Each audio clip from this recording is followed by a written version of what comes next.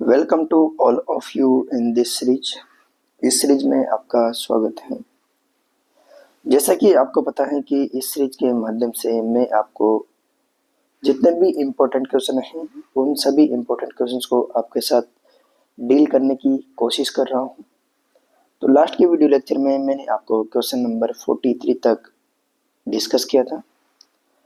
तो आज के इस वीडियो में मैं आपको प्रोजेक्टाइल मोशन पर बेस्ड क्वेश्चन नंबर 44 को डिस्कस करने जा रहा हूं, जो कि इक्वेशन ऑफ ट्रेजेक्टरी पर बेस्ड है। तो आइए बात करते हैं क्या है क्या नहीं है, क्वेश्चन क्या है, रीड करते हैं। ये क्वेश्चन इंपॉर्टेंट है नीट जेईई मेंस के लिए। एंड इस सीरीज के में मैंने कुछ इंपॉर्टेंट जो जेईई मेंस में पूछे गए हैं उनको भी मिक्स कर रखा है। जैसे कि ये वाला क्वेश्चन 2022 फर्स्ट शिफ्ट जुलाई 26 मेंस में पूछा गया क्वेश्चन है। तो आइए क्वेश्चन को रीड करते हैं। बहुत ही सिंपल सा क्वेश्चन है। If the initial velocity in horizontal direction of a projectile is unit vector I and the equation of trajectory is y is equal to इतना दिया गया है, then y components of vector of initial velocity is, क्या बोल रखा है, initial velocity in horizontal direction of projectile motion is unit vector. तो ऐसा दिया गया है मेरे लिए कि यू एक्स की जो वैल्यू है वो दी गई है आई के इक्वल दी गई है। तो मेरे से यू वाई इनिशियल वेलोसिटी को वाई कंपोनेंट्स क्या होगा वो मेरे से पूछा गया है, और इक्वेशन ऑफ ट्रेजेक्टरी के बारे में बात की गई है। तो देखिए एक बार, इक्वेशन ऑफ ट्रेजेक्टरी मेरे लिए दी गई है कितनी, 5x 1 माइनस एक्स के बराबर होती है। y is equal to 5x minus 5x square के इक्वल होगी। तो y इज इक्वल टू, या फिर इससे अपन करना चाहें तो कैसे कर सकते हैं, डायरेक्ट इसको कंपेयर करते हैं, tan theta X 1 minus X upon R के बराबर होगी। तो यहाँ से देखिए, यहाँ से tan theta is equal to कितना हो गया, tan theta is equal to five के इक्वल हो गया, और रेंज जो है वो आर इज इक्वल टू 1 के इक्वल हो गई। तो देखिए एक बार यहाँ से इसको, रेंज क्या होती है, U square sine theta cos theta divided by G into 2 के इक्वल हो जाएगी। तो इससे ट्राइंगल ड्रॉ करते हैं, जो क्या हो जाएगा, देखिए एक बार ट्राइंगल को ड्रॉ करना चाहेंगे। तो 10 5 1 रूट 26, ठीक है। तो देखिए एक बार क्या होता है क्या नहीं होता है, रेंज के फॉर्मूले में रखते हैं, R is equal to 1 which is 2 U square sine theta 5 divided by root 26 cos theta 1 divided by root 26 divided by G बोले तो 10। तो यहाँ से कितना हो गया, 10 into 26 divided by 10 which is equal to U square, इससे कैंसिल आउट हो गया। तो U square is equal to 26। इसको लिखना चाहें तो कैसे लिख सकते हैं, देखो एक बार, इसको लिखना चाहें तो यू एक्स का होल स्क्वायर, क्यों, क्योंकि इनिशियल वेलोसिटी को वेक्टर फॉर्म में लिखना चाहूँगा। तो U X I cap plus you Y J cap लिख सकते हैं। तो ये टोटल इसका मैग्नीट्यूड कितना हो जाएगा, u square is equal to u x का whole square plus you y का स्क्वायर। तो देखिए एक बार, u x square plus you y square, u x square में ले दिया गया है, यू एक्स का मैग्नीट्यूड है कितना, 1 के बराबर, और मेरे से यू वाई पूछा गया है। तो देखिए एक बार रखते हैं, 26 is equal to 1 plus you y का square, 25 is equal to u y का स्क्वायर। तो यहाँ से u y is equal to root 25 which is equal to 5 metre per second, इसका वाई आ जाएगा, ठीक है। 5 मीटर पर सेकंड, तो यू वाई को जे की फॉर्म लिखना है तो वो U Y vector is equal to 5 J, जो डाउनवर्ड डायरेक्शन में रहेगा। तो इसका आंसर कितना हो जाएगा, इसका आंसर हो जाएगा 5 मीटर पर सेकंड, इसका आंसर हो जाएगा। इसको आपको सिंपली कंपेयर करना था और वैल्यू निकाल के लेके आनी थी, ठीक है। नेक्स्ट क्वेश्चन हम मूव करते हैं, which is question number 45। Question number 45 क्या बोलता है, इसको रीड करते हैं। एंड अच्छा क्वेश्चन है, देखिए एक बार रीड करो। A projectile is projected have same range for two angles of projection, ठीक है। टू एंगल्स ऑफ प्रोजेक्शन के लिए सेम रेंज रखता है। नेक्स्ट क्या है, if T1 and T2 with the time of flight in two cases, then product of time of flight is proportional to, किसके proportional होगा इनका टाइम ऑफ फ्लाइट का प्रोडक्ट। तो देखिए एक बार, सपोज करते हैं दो एंगल कौन कौन से होते हैं जिनके लिए रेंज सेम होती है, दोनों कॉम्प्लीमेंट्री एंगल होते हैं, थीटा एंड 90 माइनस थीटा, ठीक है। तो यदि मैं बात करना चाहूँ इस फर्स्ट वाले के लिए टाइम ऑफ फ्लाइट के बारे में बात करना चाहूँ तो ये दिए गए हैं T1, क्या होता है time of flight 2 u sine theta upon g. दूसरे वाले के लिए इस एंगल के बारे में बात करना चाहूँ, ये तो इसके लिए था T2 is equal to 2u sine 90 minus theta upon g. तो T2 इज इक्वल टू कितना हो गया, T2 हो गया 2u कोस थीटा अपॉन जी।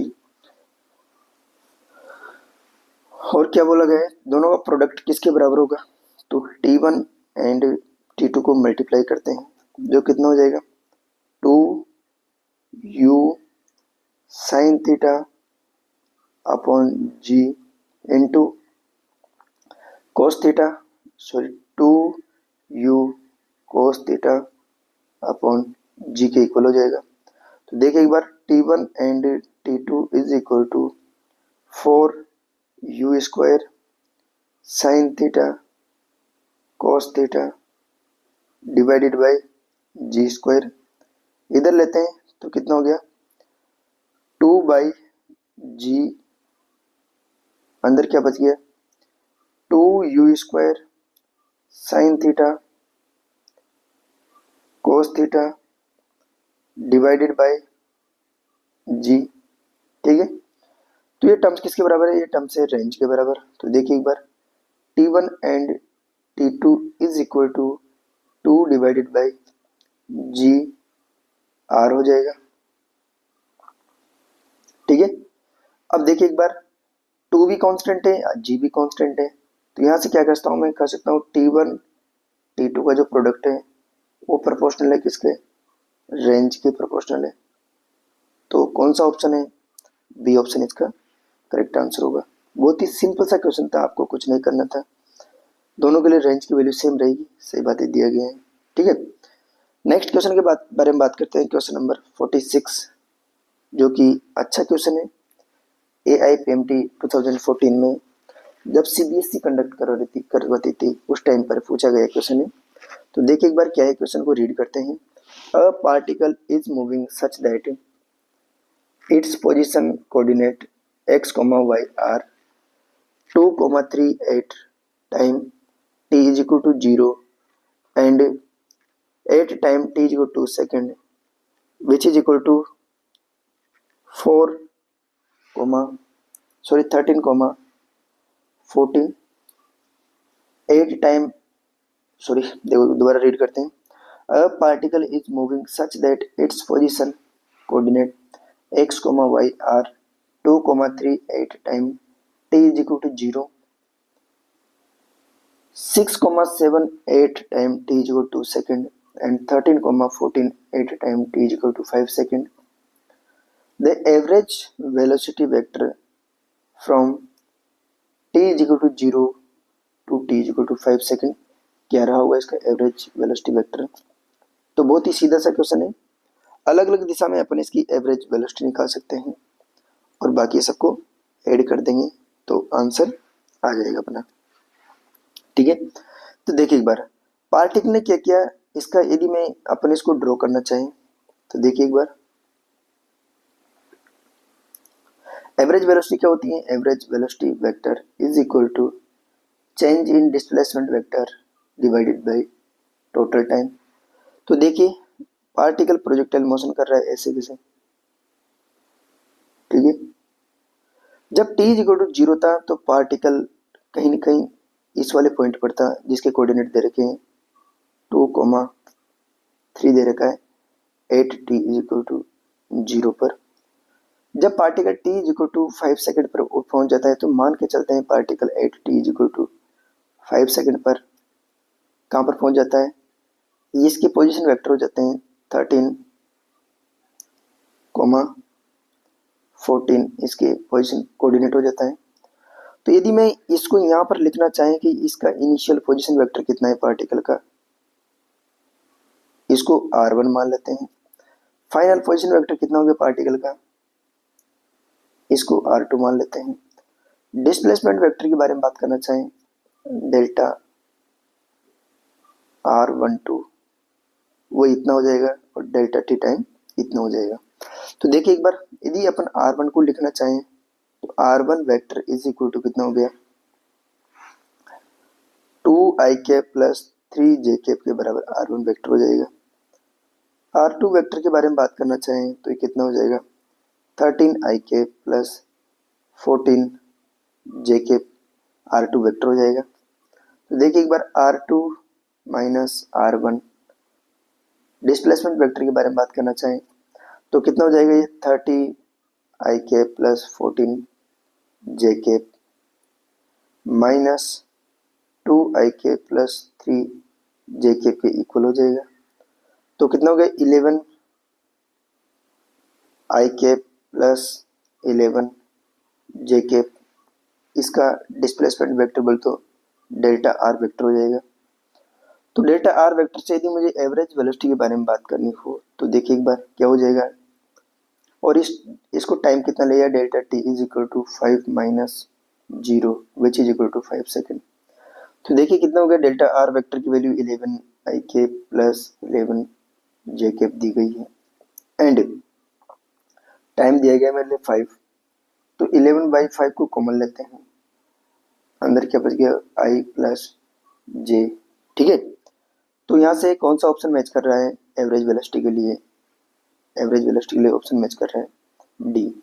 इस टाइप से आप किसी भी पार्टिकल की एवरेज वेलोसिटी फाइंड आउट कर सकते हैं, ठीक है। आपको सिंपली कुछ नहीं करना था, डिस्प्लेसमेंट निकालना था।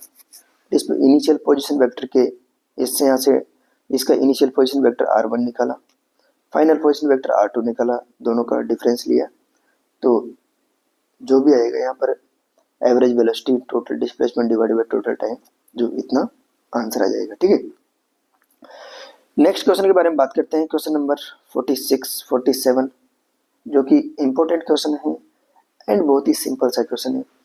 क्वेश्चन क्या बोल रहा है, क्वेश्चन नंबर 46 देखिए एक बार, the trajectory of two projectiles are shown in the figure if t1 and t2 be the time period and u1 and u2 are their speeds of projection then, इसके अंदर क्या ऑप्शन सही रहेगा, क्या option सही नहीं रहेगा, इसके बारे में बात की गई है।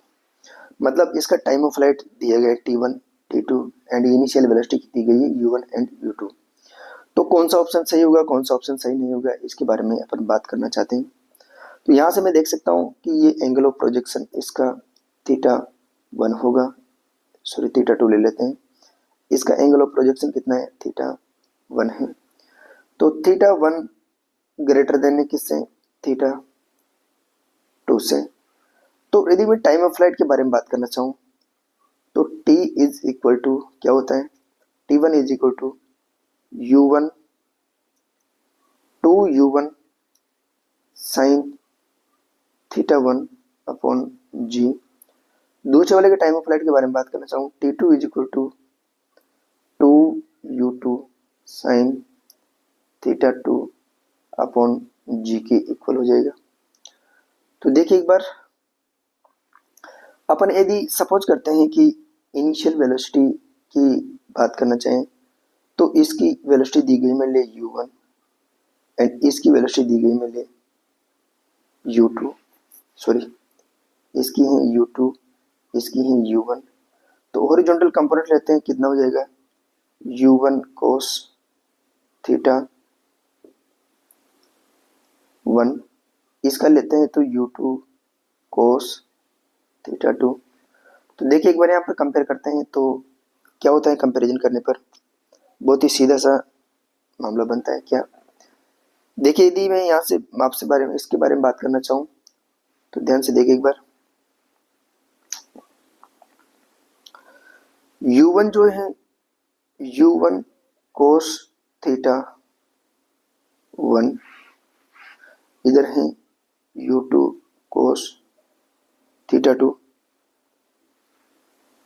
तो यहां से क्या हो गया, यहां से बात कुछ ऐसी हो गई,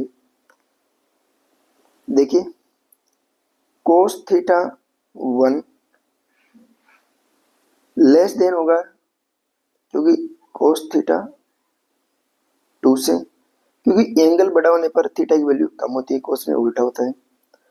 तो यहां से देखिए एक बार, तो cos theta 1 divide by cos theta 2 less than होगा 1। तो सारी वैल्यू यहाँ पर रखते हैं, कितना हो जाएगा u2 upon u1 less than होगा 1 से। तो u2 की वैल्यू लेस देन होगी u1 से। तो कौन सा ऑप्शन है, ऑप्शन नंबर डी इसका सही है। देखते हैं एक बार टाइम ऑफ पीरियड में भी कंपैरिजन करते हैं। टाइम पीरियड में कंपैरिजन करेंगे तो देखिए साइन थीटा 1 मतलब साइन थीटा 1 ग्रेटर देन होगा साइन थीटा 2 से, ठीक है। तो सिंपली मैं यहाँ से लिखना चाहूँ तो क्या होगा, साइन थीटा की वैल्यू निकालना चाहूँ तो t1 अपॉन